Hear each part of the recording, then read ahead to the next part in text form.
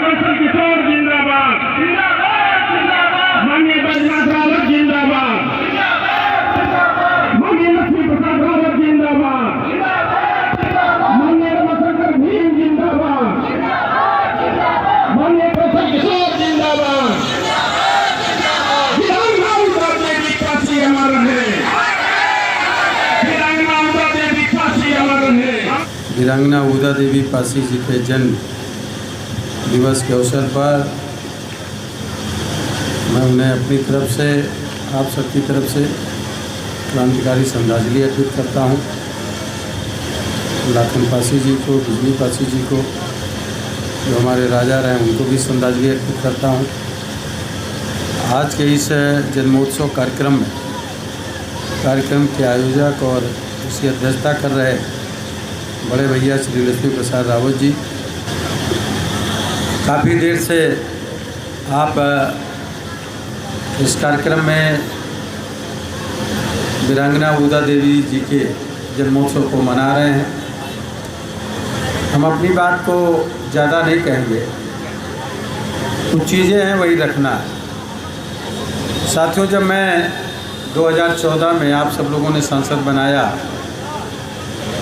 तो 2015 में ही भैया लक्ष्मी प्रसाद रावत जी से बात हुई और फिर फरवरी 16 में हम लोगों ने कार्यक्रम दिल्ली के ताल कटोरा स्टेडियम में रखा और उसका विषय ही था वीरांगना उदा देवी को इतिहास के पन्नों में दर्ज किया जाए और शिक्षा के पाठ्यक्रम में शामिल किया जाए। इसमें हमारे उस समय तत्कालीन गृह मंत्री, जो आज रक्षा मंत्री हैं, माननीय राजनाथ सिंह जी, उस कार्यक्रम में आए भी थे और अपनी बात को भी पूरी तरीके से रखने का काम किया था। पार्लियामेंट के अंदर भी ये सवाल हमने उठाने का काम किया था। आज भी रमाशंकर भीम जी ने बहुत अच्छी बात कही है और उस बात को याद रखिए कि लक्ष्मी भैया पूरे देश में जा कर के, वो चाहे महाराष्ट्र हो या मध्य प्रदेश, वो गुजरात हो या केरल, आसाम हो या पश्चिम बंगाल, चाहे मध्य प्रदेश हो या हरियाणा, और दिल्ली हो या बिहार, पूरे देश में जा कर के लोगों को एकजुट करना, लोगों को एक तरफ ला करके खड़ा करना, समाज की पहचान कराना। और आज उसी का फल है कि जो कभी डॉक्टर अंबेडकर जी के साथ कभी भी उदा देवी जी का नाम लेना गवारा नहीं करते थे, अगर आज वो पार्लियामेंट में कुछ लोग बोलना शुरू किए हैं तो वो दिन ज़्यादा दूर नहीं है जो सभी राजनीतिक दल वीरांगना उदा देवी का, लाखन पासी का, बिजली पासी का, छीता पासी का और जो लोग भी रहे हैं राजे महाराजे के साथ साथ जो उदा देवी जी ने इस देश के लिए अपनी कुर्बानी देने का काम किया है, वो पूरे देश में, पार्लियामेंट ही नहीं पूरे देश में सभी समाज के लोग नाम लेना शुरू करेंगे, निश्चित तरीके से शुरू करेंगे। और इससे मैं बहुत खुश हूँ। कुछ लोगों के अंदर ये बात आ रही होगी, लेकिन इसकी शुरुआत कहाँ से हुई, शुरू कहाँ से किया गया? एक बड़ा त्याग है लक्ष्मी भैया का। हमारे बीच में कमल जी बैठे हैं, माता जी उनकी आप जानते हो कि कितना दिन रात मेहनत करती थी और उदा देवी की प्रपौत्री आखिरी दम तक के, आखिरी सांस तक के वो इसके लिए संघर्ष करती रही। आज उनके बेटे कमल जी भी इस आंदोलन को और आगे बढ़ाने का काम कर रहे हैं। रमाशंकर भीम जी भी धरना प्रदर्शन करते दिल्ली में। ये आपके समझने की ज़रूरत है। हर बातें, हर किसी का भी जो आपके लिए कुर्बानी देने का काम किया है उसके लिए आंदोलन करना, उसका साथ रखना। भले उदा देवी जी आज हमारे बीच में नहीं है, लेकिन जो पेड़ पर बैठकर 36 अंग्रेज़ों को मार गिराने का काम किया, इतिहास में कोई दूसरा इस तरीके का कोई भी उदाहरण नहीं मिलता। कितनी बड़ी बात है। आज लोग इंजेक्शन अगर लगता है तो आ ऊ की आवाज़ निकालते हैं। कुछ लोग अपने निजी कामों के लिए बदल जाने का काम करते हैं। हम लोग उद्देश्यों की पूर्ति के लिए खड़े हैं, परिवर्तन करना चाहते हैं और परिवर्तन करना पड़ेगा। मैं एक उदाहरण देना चाहता हूं गौतम समाज का, जाटो समाज का, कुरील समाज का। कभी उनका समाज जो है मरे हुए जानवर उठाने का काम करता था। एक उसमें टीम बनी और कहा कि जो लोग भी मरे हुए जानवरों को उठाएंगे उनके यहाँ हम अपनी लड़की और लड़कियों की शादी नहीं करेंगे। धीरे धीरे आंदोलन चला, उनका बहिष्कार हुआ, लोगों ने विरोध करना शुरू किया, लोगों ने विरोध करना शुरू किया। लेकिन धीरे धीरे उन्होंने इस आंदोलन को चलाया बैठके की। आज पूरे देश के अंदर उनके समाज की कमेटी तो जरूर बनती है, मगर दूसरे समाज के लोग किराए पर वो मरे हुए जानवर उठाने करके खाल छीलने का काम करता है। आज उनके समाज का एक भी आदमी ये काम नहीं करता, इतना समाज सुधार करने का काम किया। क्या उनसे बराबरी करोगे आप? क्या राजनीतिक और सामाजिक बराबरी करेंगे आप? आपको करना पड़ेगा। आप जब कभी लड़ाई लड़े, हमारे समाज के लोग लड़ाई लड़े, अंग्रेजों से लड़े, वीरांगना उदा देवी जी, मक्का पासी जी, गंगादीन पासी ने सबसे पहले मरियाओं के रेजिमेंट थी अंग्रेजों की सेना, अंग्रेजों की सेना का, और उनका सेनापति अंग्रेज था। गंगादीन पासी ने सबसे पहले गोली पार्किंसन नाम के अंग्रेज को मारने का काम किया था। उसमें जितनी टीम में थे सबको दूसरे दिन फांसी पर चढ़ा दिया गया, लेकिन समझौता तो नहीं किया,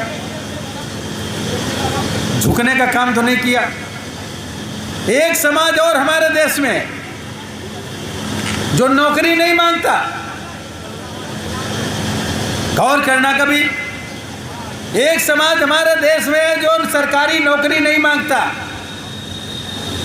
लेकिन अपने बच्चों को ये मानता कि टेक्निकल शिक्षा उन्हें हमको देनी है। वो स्कूटर की दुकान पे बैठा देगा, पंचर की दुकान पे बैठा देगा, मोटरसाइकिल की दुकान पे बैठा देगा। वो अपने बच्चों को, लड़कियों को पढ़ाते हैं, लड़कों को भी पढ़ाने का प्रयास करते हैं, पढ़ाते भी। लेकिन अगर गरीब है, नहीं पढ़ाने की है, तो वो अपने बच्चों को टेक्निकल तरीके से उनको आगे बढ़ाने का काम कराते हैं। या तो दर्दोजी का काम सिखा देते हैं, ऑटोमोबाइल का काम सिखा देते हैं, मैकेनिक का काम सिखा देते हैं। किसी के आगे हाथ फैलाने का काम नहीं करते, बल्कि अपने बलबूते पे खड़े होने का काम करते हैं। क्या उनसे सीख लेने का काम करेंगे? उससे सीख लेने की ज़रूरत है। और इसीलिए लक्ष्मी भैया दिन रात मेहनत करते हैं, कभी यहाँ कभी वहाँ कभी कहाँ, हर समय भागते रहते। अभी उन्होंने जैसे ऐलान किया कि मुझे चुनाव नहीं लड़ना है। डॉक्टर अंबेडकर जी तो चुनाव लड़े थे, उनको हरा दिया गया। एक बार भी पार्लियामेंट चुनाव जीत करके नहीं गए। हराने वाले कौन थे?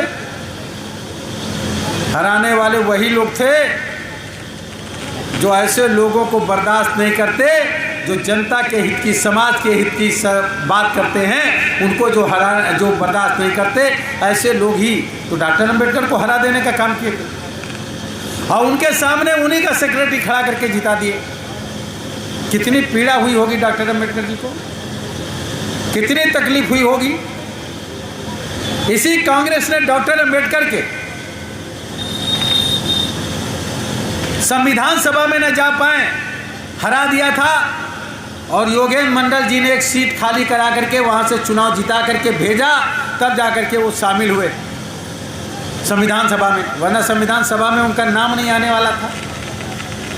आप वोट की कीमत तो समझो। हमारे लोग टूट जाते हैं, हमारे लोग बहक जाते हैं, कहें अब कि यू नहीं ठीक है, यू वाला ठीक है। आपने कभी उनकी विचारधारा को, लोगों की विचारधारा को समझने का काम किया?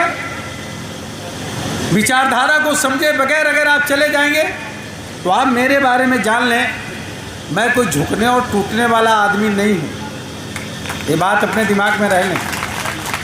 मैं अब तक के 15 चुनाव लड़ा हूँ, 15, और केवल 3 चुनाव में जीता हूँ। मैं तो उस समय से चुनाव लड़ रहा हूँ जब मैं माइक लेकर ये भी नहीं बोल सकता था कि मेरा नाम कौशल किशोर है, मुझे वोट दे दीजिए। मैं हाथ से दीवारों पर लिखता था। लोग पूछते थे कौन लड़ रहा है, मैंने मैं लड़ रहा हूँ, तो मेरी मजाक उड़ाते थे। लेकिन मैं बहुत से चुनाव हारा, अच्छे चुनाव हार करके निर्दलीय चुनाव जनता ने जिताया, लेकिन मैंने सामंत शाही लोगों से समझौता नहीं किया। फिर उसके बाद मैं 5 चुनाव और हारा, तब सांसद हुआ। आज भाई मैं सामंत शाही टाइप के लोगों से कोई समझौता नहीं करता। मेरे यहाँ जो आते हैं, बैठते हैं, मेरे बराबर बैठते हैं। ये कुछ लोगों को जो हजम नहीं हुआ, उन्हीं लोगों ने विरोध किया, और उन लोगों ने विरोध इसलिए किया किन लोगों को लेकर के, उनका वोट ज़्यादा नहीं है, लेकिन हमारे लोगों को तोड़ करके उन लोगों ने अब वोट को परिवर्तित करने का काम किया। इसका मैं खुलासा करने का काम कर रहा। मेरे यहाँ दिल्ली में तमाम लोग जाते हैं, आते जाते रहते, पूरे देश से आते जाते। उनको रुकने की व्यवस्था, रहने का पूरा सब है। अभी चुनाव लड़ने में नो ड्यूज लगता है। जब मैंने नो ड्यूज मांगा वहाँ पे कि सबसे, तो मालूम हुआ 14.5 लाख रुपया किराया बकाया है। मैंने कहा ये किराया किसका है? कहा ये किराया आपके है, जो लोगों को बुक किया था यहाँ आकर के रहने वाले लोग, उनका किराया 14.5 लाख रुपया बकाया, वो मैं अदा करके ना आया तब नो ड्यूज मिला मुझे। कौन लोग जाते थे? पूरे देश से लोग आते थे। एक सुविधा इस तरीके की थी वहाँ पर, ठीक है, इसकी कोई प्रॉब्लम नहीं है। मैं कहना क्या चाह रहा हूँ? मैं कहना चाह रहा हूँ साथियों, चुनाव हारना जीतना एक अलग बात है, लेकिन नीतियों से समाज को सुधारने में, आपको आगे बढ़ाने में, देश को विकसित और आत्मनिर्भर बनाने में, आपको इधर आत्मनिर्भर बनाने में, और वीरांगना ऊदा देवी का नाम इतिहास के पन्नों के साथ साथ शिक्षा के पाठ्यक्रम में शामिल करने में कोई समझौता नहीं होगा। निश्चित तरीके से मानो, कोई समझौता नहीं करना।